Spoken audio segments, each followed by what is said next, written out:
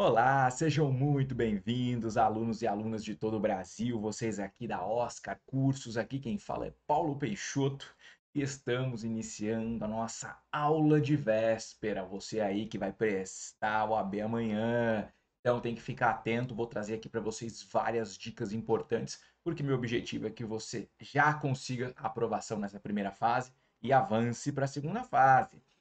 E aqui eu estou para a gente falar sobre direito constitucional. Como é que vai funcionar essa nossa aula de véspera? Eu vou trazer várias dicas dos principais temas que podem cair na tua prova. Então, já mapeei a prova e quem assistiu às aulas anteriores também do nosso curso teve todo esse conteúdo. Então, aqui, na verdade, nós vamos bater um papo em relação a esses temas principais, tá certo? Você também pode encontrar dicas minhas aqui, ó, no @phlpeixoto. Vamos lá, vou colocar aqui na tela e você pode acompanhar comigo. Então tá aí, nossa aula de véspera, OAB, Oscar Cursos, Paulo Peixoto, e além do meu Instagram, tem aqui as minhas outras redes sociais. Tem o Twitter, @prof_phpeixoto, e o meu canal no YouTube, Paulo Peixoto Prof.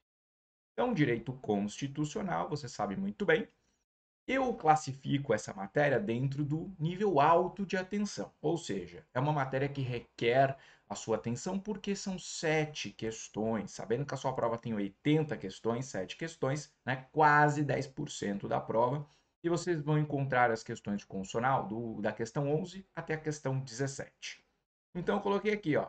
Eu separei as disciplinas da prova em 3 grupos. E constitucional, como você pode perceber, está no primeiro grupo aqui, ó. Grupo 1, que representa, né, somando todas essas questões, 51,25% da prova. Certo? Muito bem. Agora, vamos para o nosso top 5 de constitucional. Eu coloquei na tela, tá aí para vocês, os 5 principais temas. Então, nós temos em primeiro lugar controle de constitucionalidade, depois separação dos poderes, organização política do Estado, depois ordem social, direitos e garantias fundamentais. São esses 5 temas, e se você olhar o histórico, olhar as provas anteriores, a conclusão que você vai chegar é que esses temas costumam aparecer com muita frequência. Então, se pelo menos esses temas você tiver lido, estudado um pouquinho, a chance de acertar quase todas de constitucional é muito grande.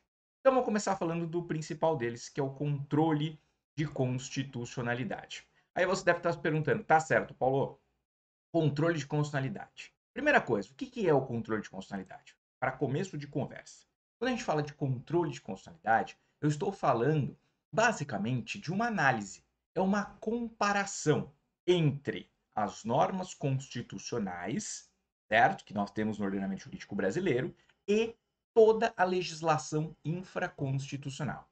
Ou seja, eu pego tudo que está abaixo da Constituição, todas as normas que estão abaixo da Constituição, e comparo e vejo, elas estão ou não de acordo com o que diz a Constituição, tanto do ponto de vista material, ou seja, se o conteúdo daquela lei está de acordo com o conteúdo da Constituição, não viola nenhum direito previsto na Constituição, e também no aspecto formal, se a criação daquela lei ou daquele outro ato normativo, ela respeitou aquilo que a Constituição diz. Porque para a criação de leis, para a criação de medidas provisórias, o Constituinte disse: olha, precisa seguir esse rito, essa forma.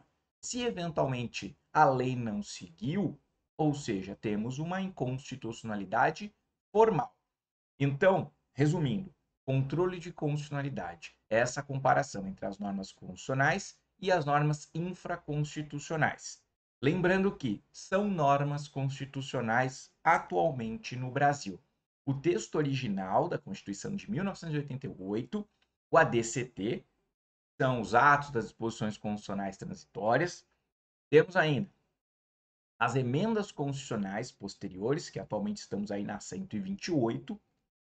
Depois, aqueles tratados internacionais de direitos humanos que foram aprovados com quórum de emenda. Estou falando do decreto 6949 de 2009, estou falando do decreto 9522 de 2018 e ainda do decreto 10.932 de 2022. Então, temos aí a internalização da Convenção de Nova York, e o protocolo facultativo, que dispõe acerca das pessoas com deficiência. Temos o Tratado de Marrakech, que também fala de pessoas com deficiência, mas aqui deficiência visual, para disposição a respeito de obras, né? Trazer obras e passar a informação a essas pessoas. E, por fim, a Convenção Interamericana de Combate ao Racismo. Certo? Essas são normas constitucionais. Então, qualquer lei que seja criada no Brasil, nós vamos fazer um comparativo com todas essas normas. Se ela estiver de acordo com a Constituição, eu direi que a norma é constitucional. Por outro lado, se verificar que a lei encontra algum empecilho, eu vou dizer que a lei é inconstitucional. Isso é controle de constitucionalidade. E como eu disse a vocês, nós temos dois tipos de inconstitucionalidade: a material, quando há violação de um direito, e a formal, quando há violação de um procedimento. Vamos lá, exemplo de vício ou inconstitucionalidade material. Existe uma lei que não prevê contraditório e ampla defesa em processo administrativo. Ou seja, se ela não prevê em processo administrativo, significa que ela está violando um direito previsto lá no artigo 5º da Constituição, que assegura, tanto no processo judicial quanto no administrativo, contraditória e ampla defesa. Então, essa lei tem um vício material. Agora, exemplo de vício formal. Para certos temas, por exemplo, para aumento de remuneração de servidor público, a Constituição diz que isso tem que ser feito por lei e essa lei precisa ser de iniciativa do presidente da República, se eu estiver falando de servidores públicos federais. Imagine que isso já apareceu em prova, um senador ou um deputado federal apresenta esse projeto, tá? E ele tramita no Congresso e essa lei é então sancionada pelo presidente da República posteriormente. Vão questionar: será que há ou não vício formal? Resposta: sim. Por quê? Porque a Constituição diz lá no artigo 61 que esse tema, remuneração de servidores públicos, aquilo que afeta os servidores públicos, deve ser de iniciativa do chefe do Poder Executivo. Como nós estamos falando de servidores federais, é o presidente da República. Tudo bem? Tranquilo? Ótimo. Então você entendeu o conceito e os tipos de inconstitucionalidade. Ainda dentro de controle, vale a pena a gente fazer referência aqui a duas ações de controle que costumam cair com frequência. É a ADI e a DPF. A ADI é a ação direta de inconstitucionalidade. São ações, tanto ela quanto a DPF, de controle concentrado de constitucionalidade, ou seja, o controle abstrato. Não é o caso concreto, e sim um tipo de controle em que simplesmente eu verifico se aquela lei ou ato normativo está ou não de acordo com a Constituição. O objetivo de uma ADI, no caso, é reconhecer eventual inconstitucionalidade de uma lei ou ato normativo. Tá? Por isso que ela chama ação direta de inconstitucionalidade. Quando ela é ajuizada, quer que se reconheça a inconstitucionalidade de determinada norma. Tudo bem? O que você precisa saber na ADI? Anote aí. Em relação à ADI, tem que ficar atento o objeto. Que tipo de norma pode ser impugnada via ADI? E eu quero que você anote. Para a ADI, ela só pode impugnar lei ou ato normativo federal ou estadual. Lei ou ato normativo federal ou estadual, certo? Lei pode ser tanto federal quanto lei estadual ou distrital, né, fazendo competência de estado. E também ato normativo, tanto federal quanto estadual. E aí dentro de ato normativo, anote o artigo 59 da Constituição, que traz ali o rol dos atos normativos que devem ser primários. Professor, o que é um ato normativo primário? O ato primário é aquele que tem a sua validade, o seu respaldo diretamente da Constituição. Por exemplo, uma medida provisória. Medida provisória está prevista na Constituição e ela tem força de lei. É como se lei fosse. Então, lei é ato normativo primário? Sim. Medida provisória é ato normativo primário? Sim. Emenda constitucional é ato normativo primário? É. Ela não tem respaldo diretamente da Constituição e, além disso, ela não é abstrata, ela não é genérica, Ela dispõe para todos, né? Não é uma particularidade, um caso concreto. Então, ó, já caiu em prova. Emenda constitucional pode ser objeto de ADI? Pode. Medida provisória pode ser objeto de ADI? Pode. Leis, no modo geral, tanto lei ordinária, lei complementar, lei delegada, pode ser? Pode também. Certo? Existem outros que estão lá no artigo 59. Então não esqueça, lei ou ato normativo federal ou estadual. Mais uma informação. Essa lei ou ato normativo deve ser posterior à Constituição. Sempre, sempre posterior. Nunca anterior, sempre posterior. Então, se a Constituição é de 88, tudo que veio depois de 88, considerando a Constituição como parâmetro, tá? Mas, ó, se ele te falar de uma lei ou ato normativo em comparação à emenda constitucional 45 de 2004. Cuidado agora. Em relação à emenda constitucional 45, tudo que vier depois dela, tá? De 2005, 6, 7 para frente. Em relação antes, aí não é controle de constitucionalidade. Eu não vou falar de norma constitucional e inconstitucional. Nós vamos falar o quê? Do fenômeno da recepção. Outra coisa. Então você anotou aí, lei ou ato normativo federal ou estadual para a ADI. Importante, quem é legitimado para propor a ADI? Qualquer pessoa? Não. Aqueles que estão lá no artigo 103 da Constituição Federal. Só aqueles que estão no rol do artigo 103. Então, nós encontramos lá o presidente da República, o procurador-geral da República, o Conselho Federal da OAB, Confederação Sindical, entidade de classe de âmbito nacional, entre outros. Leia ali o rol do artigo 103 da Constituição. Tudo bem? Tranquilo? Então é importante que você tenha conhecimento. E detalhe, daqueles que estão no rol do artigo 103, os incisos 4, 5 e 9 são aqueles que precisam demonstrar a pertinência temática. Pertinência temática é importante. O que é pertinência temática mesmo? Pertinência temática é aquela relação entre o legitimado ativo, ou seja, quem vai propor, e a norma impugnada. Tem que demonstrar que, de algum modo, esta norma impugnada afeta aquele legitimado. Vamos te dar um exemplo. Se discute-se a constitucionalidade de uma lei que dispõe a respeito de médicos, que traz ali algum procedimento, que traz ali alguma criação de deveres, obrigações em relação à atividade dos médicos. Quem poderia impugnar esse tipo de lei? Uma entidade de classe de âmbito nacional que diz respeito, que protege os direitos dos médicos. Tem que demonstrar essa relação. Uma lei que fala de médicos, então os médicos podem impugnar. Agora, uma lei que fala dos médicos, os engenheiros não poderiam impugnar. Por quê? Porque não há pertinência temática. Tudo bem?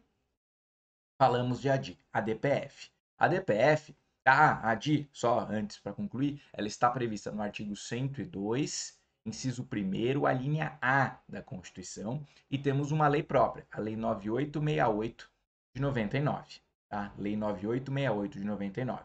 Agora sim, ADPF. Vamos começar pelos fundamentos. Está no 102, parágrafo 1º da Constituição, e temos uma lei própria, a Lei 9882 de 99. Professor, devo ler a Lei 9868 e a 9882? Sim, são leis curtas, tá? Passe os olhos, tá? É importante que você tenha conhecimento. Agora, vamos falar de ADPF. Qual que é o objeto dessa ação? Veja, ela tem um objeto bastante abrangente. Se você for ler a Lei 9882, ela fala que cabe à DPF quando houver lesão a um preceito fundamental. Que a lei não diz o que é preceito fundamental, tá? Uma violação, uma lesão, um preceito fundamental, né? Praticado aí decorrente de um ato de poder público. Então, o poder público pratica um ato que viola um preceito fundamental. Primeira coisa, o que é um preceito fundamental? Não há uma definição muito certa, mas podemos entender que preceito fundamental corresponde aos direitos e garantias fundamentais e aos princípios constitucionais. Anota aí: direitos e garantias fundamentais, princípios constitucionais. E a Constituição fala que esses preceitos foram violados por ato de poder público. Veja que expressão genérica, ato de poder público. O que é um ato de poder público? Pode ser qualquer coisa. Pode ser uma lei, pode ser um ato administrativo, pode ser uma decisão judicial? Pode. A princípio encaixa tudo aí como ato de poder público. Mas, é aí o pulo do gato. Na DPF, nós temos a regência de um princípio, chamado princípio da subsidiariedade. O que é subsidiariedade, professor? Ela é ação reserva, ela é ação subsidiária. Significa o quê? Que eu só vou usar a DPF se não for cabível as demais ações. Ah, não cabe a DI, não cabe a DC, não cabe a DO, não cabe a DI interventiva. Opa, já vi que não cabe mais nenhuma das outras? Aí eu vou pensar no cabimento da DPF. Sempre por último, tá? Vai por exclusão. A DPF, você pensa nela por exclusão, por conta desse princípio da subsidiariedade. E, além dessa história de ato do poder público que viola preceito fundamental, nós temos ali disposição no parágrafo único do artigo 1º da lei, que também cabe à DPF quando houver controvérsia constitucional em relação a ato, lei ou ato normativo federal, estadual, municipal e anteriores à Constituição. Tá? Mas aí, ó, pelo princípio da subsidiariedade, pensa comigo, federal e estadual cabe a DI e também cabe a DC. Então a gente exclui. Sobrou o que para a DPF? Municipal e anteriores à Constituição. Então, para resumir, eu quero que você anote para uma observação no teu caderno. Cabe a DPF contra, anota aí, portaria ministerial, tá? Uma portaria do Ministério que viola a Constituição, cabe a DPF. Que mais? Decreto regulamentar que contraria a Constituição, cabe a DPF. Decisões judiciais conflitantes. Um juiz disse uma coisa, o outro disse outra. Já aconteceu em relação à greve dos caminhoneiros, por exemplo. Um juízo disse, pode fazer greve, o outro fala, não pode fazer greve, que é abusivo. E aí, posso ou não posso? Decisões conflitantes, cabe a DPF para decidir. E também você vai anotar que cabe a DPF contra leis municipais que contrariam a Constituição e leis anteriores à Constituição. Então, se a Constituição é de 88, uma lei de 1970, 1965, cabe a DPF. Tudo bem? E quem pode propor a DPF? Os mesmos legitimados da ADI, certo? Lá do artigo 103. Fechamos a parte da ADPF. E assim vamos para o segundo tema, separação dos poderes. Dentro de separação dos poderes, tem que ficar atento ao quê? Principalmente ao poder legislativo. Dos três poderes, o que mais cai é o legislativo. Um ponto interessante e importante. Função. Qual que é a função do legislativo? Professor, fácil, né? Legislar, fiscalizar os atos do executivo. Exato. Legislar e fiscalizar. Mas o legislativo também faz função atípica. Lembra que o legislativo também administra, né, os seus servidores, os seus órgãos, e também pode julgar quando o Senado julga o presidente da República em crime de responsabilidade, lá dentro do processo de impeachment. Então faz uma função que é do judiciário. Agora, põe o óbvio no teu caderno. O que é o importante aí? E na função típica de legislar, o legislativo não está vinculado à súmula vinculante, tampouco a decisões em controle concentrado de constitucionalidade. Em resumo, quando ele está fazendo a função típica de legislar, ou seja, criando leis e atos normativos, o legislativo não precisa seguir o texto da súmula vinculante e nem aquilo que o STF decidiu numa DI, numa ADC, numa DPF, que são ações do controle concentrado. Isso já caiu em prova, inclusive. Certo? Então, dentro aí da separação de poderes, fique esperto. Eu passaria os olhos ainda nas imunidades parlamentares, tá? Ali no artigo 53, fique esperto com o artigo 53 da Constituição. Fala tanto da imunidade material, que é aquela que os parlamentares não respondem por ilícito civil nem penal por suas opiniões, palavras e votos, né? e também a imunidade formal, que tem a ver com prisão e processo. É um tema recente, vira e mexe aparece aí, né? Parlamentar sendo preso, parlamentar proferindo discursos, e isso pode, né, aí ter relação com a imunidade. Também, dentro aí dos poderes, executivo, fique esperto com o artigo 84.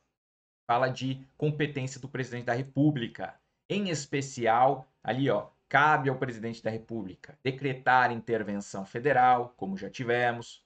Veja lá o que aconteceu no Distrito Federal. Tivemos também, ó, cabe ao presidente da República, né, celebrar tratados, ele que vai lá e assina um tratado internacional. Ele edita medida provisória, ele pode sancionar ou vetar leis. Tá? Também cabe ao presidente da República decretar estado de defesa, estado de sítio. E também tem recente, conceder indulto. Aquele indulto de fim de ano. Cabe ao presidente da República conceder indulto. Beleza? Fique esperto aí, artigo 84. Depois a gente pode avançar um pouquinho para a organização política do Estado. Aqui basicamente tem a ver com repartição de competências. O que eu diria para vocês? Fique esperto com a competência legislativa dos entes. Em especial, a competência legislativa privativa da União, do artigo 22. Tá? Só a União é que pode legislar sobre direito civil, direito penal, direito do trabalho, direito marítimo, direito aeronáutico. É União. Está lá no artigo 22, inciso 1º. Tudo bem? Também compete à União legislar sobre desapropriação. É importante aí. Principalmente o inciso 1º, tá? Que acaba aí sendo o que mais aparece em prova. Competência privativa. Só a União pode legislar. E aí o parágrafo único do 22 diz que se a União editar uma lei complementar federal, ela pode autorizar os estados e Distrito Federal a legislar também. Na prática não existe essa lei complementar. Então, todos os temas que estão no artigo 22 são de competência privativa da União. Avançando, competência legislativa concorrente. Está lá no artigo 24. Significa que todos podem legislar. Todos podem. Temas: direito tributário, direito financeiro, direito econômico. Geralmente, ó, tem a ver com dinheiro, tributário, financeiro, econômico. Todos podem legislar, né? Legislar sobre responsabilidade ambiental. Todos podem. Mas se todos podem, tem que seguir aquelas regras que estão lá nos parágrafos do artigo 24. Por exemplo, a União vai legislar sobre normas gerais. Tudo que é de mais geral fica por conta da União. Estado e Distrito Federal vão suplementar, ou seja, a partir da regra geral da União, eles vêm e acrescentam algum detalhe de acordo com as peculiaridades. Certo? Então lembra disso, ó, regras de aplicação do artigo 24.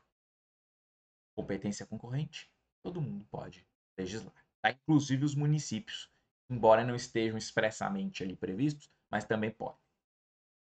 Avançando, vamos para o quarto tema aqui, ordem social. É bom anotar que a ordem social ela vai do artigo 193 a 232 da Constituição. 193 a 232. Nós estamos falando de temas relacionados à ordem social, ou seja, tem a ver com os direitos sociais, saúde, educação, esporte, proteção às crianças e adolescentes, indígenas. Então, ó, são vários temas. Saúde, eu ficaria esperto com o princípio da universalidade. Já caiu em prova. Aqui, nosso sistema único de saúde, o SUS, ele é regido pela universalidade, de modo que qualquer pessoa pode ser atendida, independentemente de ser brasileiro, ser estrangeiro, ser brasileiro nato, naturalizado, não importa. Passou mal, precisa ir num hospital público, vai ser atendido, inclusive esse atendimento é gratuito. Tudo bem? Princípio da universalidade. Isso tem a ver com a saúde. Em relação à educação, eu ficaria esperto com a possibilidade de ensino religioso,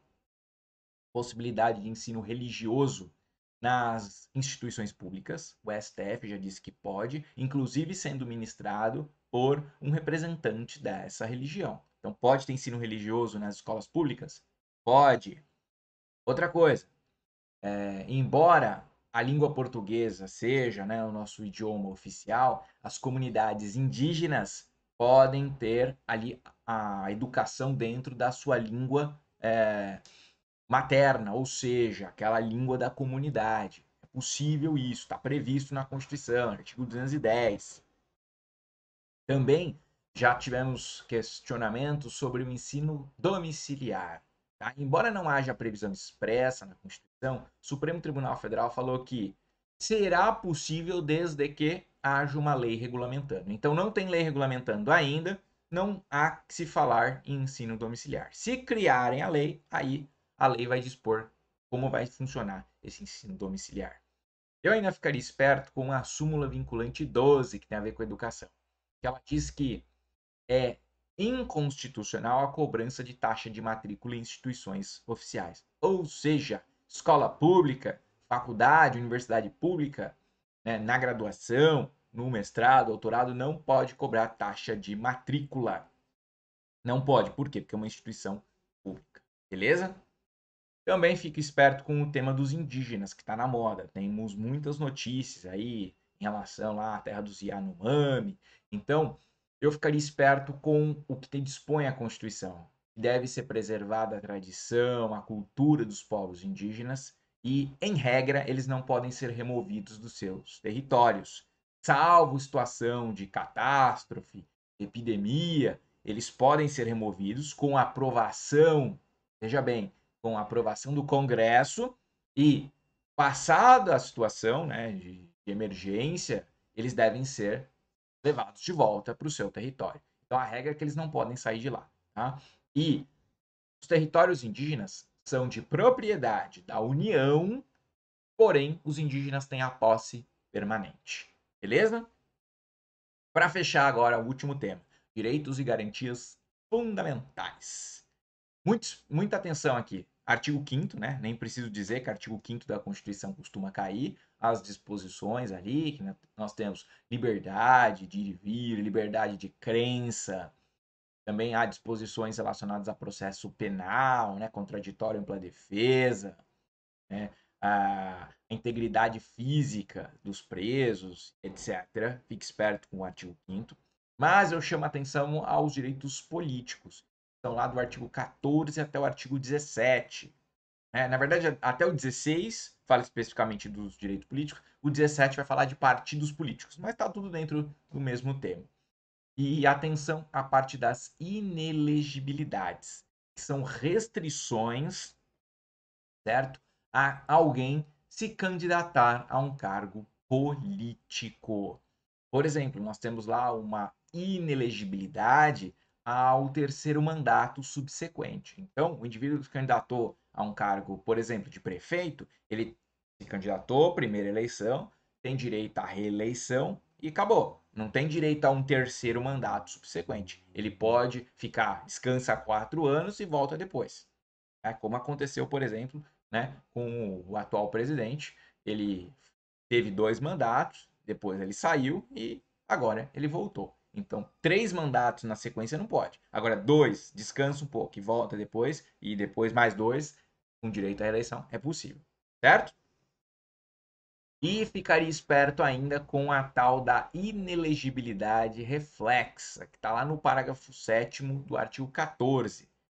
Cuidado, inelegibilidade reflexa, ela não atinge diretamente o titular do executivo, prefeito, governador, presidente da República. Ela vai atingir quem? Os parentes, tá? Os parentes consanguíneos, afins, até o segundo grau desse titular. Então, o cônjuge, companheiro, os filhos, né, os pais desse titular não podem concorrer a cargos políticos na área, na circunscrição daquele titular. Por exemplo, se ele é prefeito, a esposa, o filho não podem concorrer dentro do município. Se ele é governador, não podem concorrer dentro do estado. Se ele é presidente da República, não podem concorrer no território nacional. Mas tem exceção. Se esse parente já tinha cargo público antes daquele assumir a titularidade do executivo, aí tudo bem. Ele já tinha cargo político antes.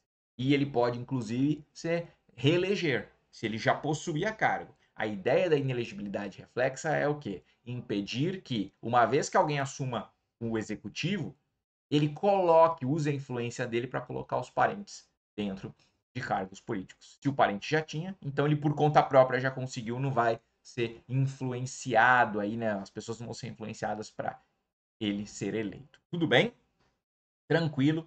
Pessoal, então fizemos essa rápida passagem aí nos principais temas de direito constitucional. Qualquer dúvida, podem entrar em contato aqui, ó, no @phlpeixoto no Instagram e desejo a vocês uma excelente prova da OAB. Depois, manda mensagem aí, conta o que vocês acharam da prova. A gente fica muito contente, né, de saber dessas notícias. Um grande abraço e até mais. Tchau, tchau.